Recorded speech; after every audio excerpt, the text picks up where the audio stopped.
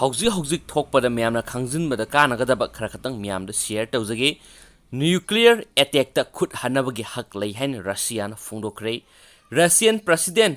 Vladimir Putin na sign tawkiba Russia gi nuclear ga mari leinaba state police gi yathang amada yeknabana nuclear attack sing torokpa matamda Russia na Khut Hanbagi Hak Lei hain phongdokre. Nuclear attack torokpa natragana Russian state ke halakpa yaba threat lakpa matamda Russian Federation na nuclear weapon sizinaduna Khut Hanbagi Hak Lei haina official oiba yathang aduda haiki. Russia gi policy asi masa ngakthoktanabagi damaktani amasum matik chana ngakthokpa ngamgadaba nuclear pangal leinaba ningkha tamba amasum ngamkhai ngakthoknabagi amasum yeknabana leibak asida natragana allies singda landaba ngamdanabagi damaktani.